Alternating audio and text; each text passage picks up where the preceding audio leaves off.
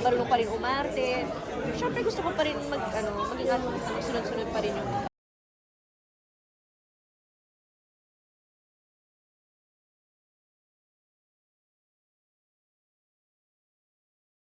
time din na yun, nag-lie-low din yung career ko, di ba? Tapos, yun nga, parang hindi rin ako masyado nakakakuha ng mga leader roles, ganyan. So parang feel ko, ito na ba yung time na magiging, ba ako, full-time mom na ba talaga ako? Ito na ba yun? Ito talaga, naisip mo na rin, baka. Oo, baka kailangan ko nang magpahinga from showbiz.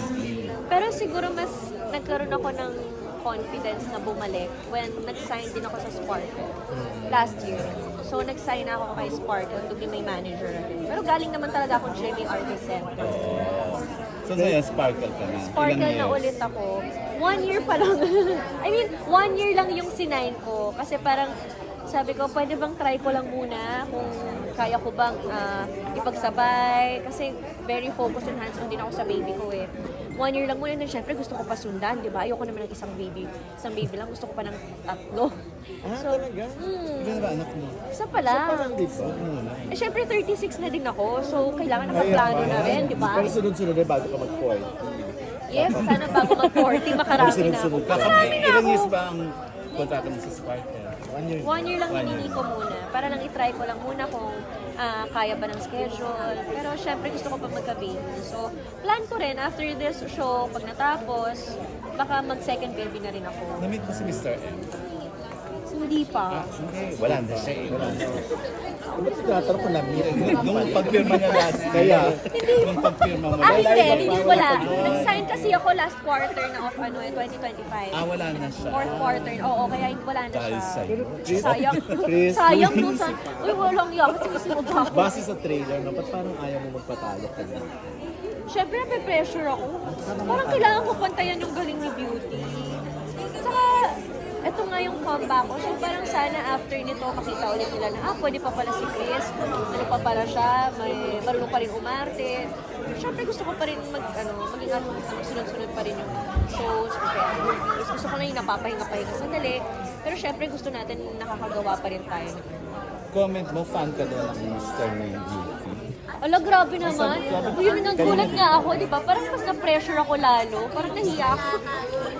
Nahiya ako. Pero, nakaka-touch naman. Kasi nga, parang nung bumalik ako, parang nangangapa pa ako. Sa totoo lang, medyo nanibago din ako. At saka, sabi ko nga, parang hindi na ako kasing sharp and enthusiastic katulad nung mga dati kong ginagawa. Kasi parang syempre tumatanda na rin ako, di ba?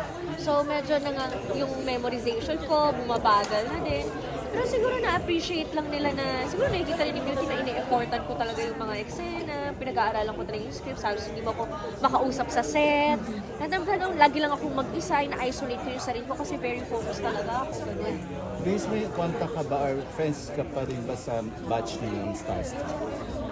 Kaibigan ka pa sa batch niyo o wala? Parang si Charisse na lang nakakausap ko. Si Jewel Mish, minsan-minsan. Silang dalawa na lang. Aljur batch mo, Aljur! Oo naman, Al Chris, di ba love team? oo. Wala, may communication kayo na. Ha? May communication kayo. Wala na. Pero hindi kayo magkagalit. Hindi naman. Parang hindi mo sa time, di ba? Oo, Parang hindi maganda yun.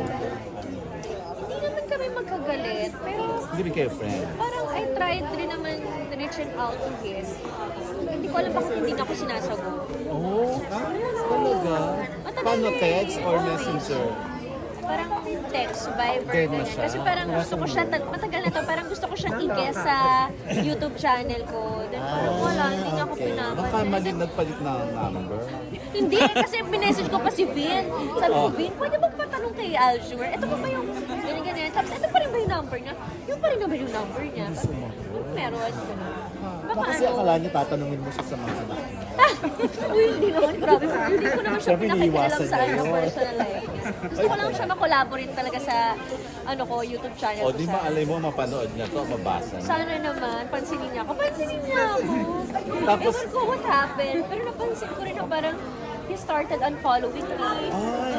Okay. May something, Chris. Meron siyang samahan Ay, ng unfollow ko na rin siya. Hindi lang follow mo na din. Kasi bakit wala naman akong ginagawang ano? Baka hindi ka lang aware, pero sa tingin mo ba? Oo. Diba? Kasi hindi naman niya Kaya Sa tingin ko unfollow. lang ha, parang siguro alam mo naman si Aljo kasi medyo sensitive din siya, di ba? Parang feel ko kasi, nagkaroon ako ng YouTube prank. Oh. Prinang ko siya na, matagal na to pandemic pa to. Na niloko-loko ko siya na buntis ako, ganyan. So, ang haba nung sinabi niya.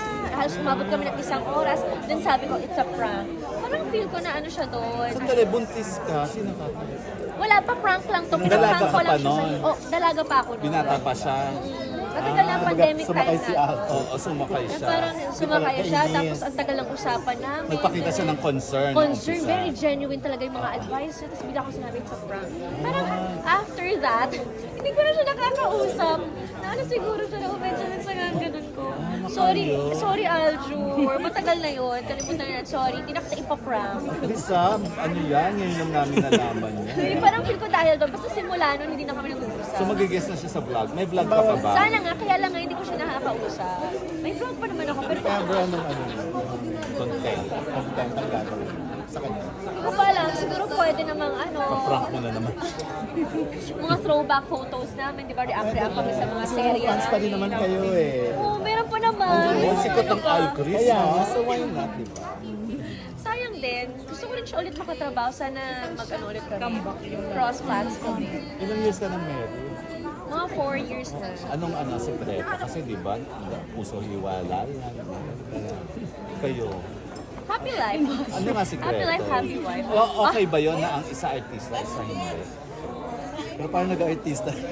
Yung husband mo, di ba, may Yung mga husband ko kasi ano content-content rin eh, puro kalokohan. Kaya nga, puro kalokohan. Pero hindi, ano, napipilitan lang yun. Dahil lang pinipilit-pilit ko siya na sumali sa akin. So, ano nga sekreto ng Sikreto, married oh life? my gosh. Ano ba? Ang hirap kasi. Yung asawa ko kasi very supportive lang talaga eh. Siguro more on napag-uusapan lang kasi talaga namin lahat. Ng problema, lahat ng bagay. Communication lang talaga. At saka siguro feel ko din, never kami nagka-trust issues ng asawa ko.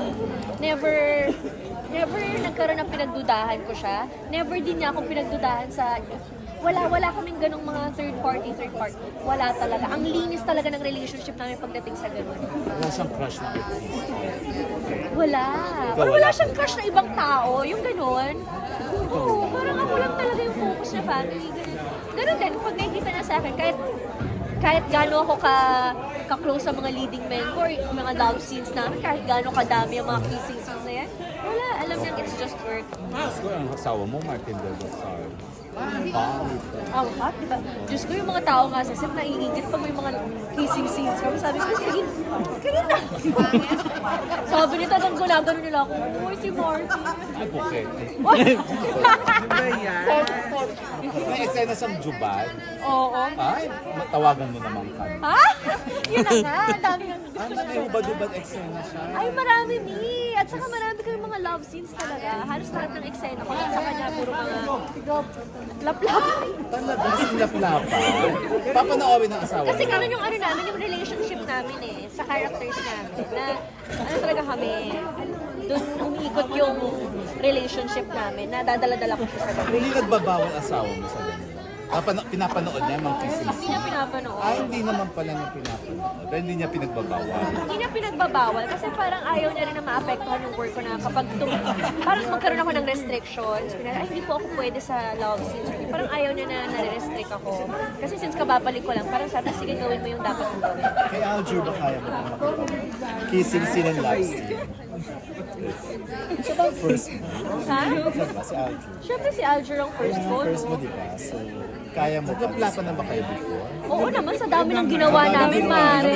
Kasi hindi ka na nga niya sinasagot ngayon. Oo ano? nga, baka ewan ko kung papayag pa siya. Anong channel na ba siya? Ah, nasa na ba siya?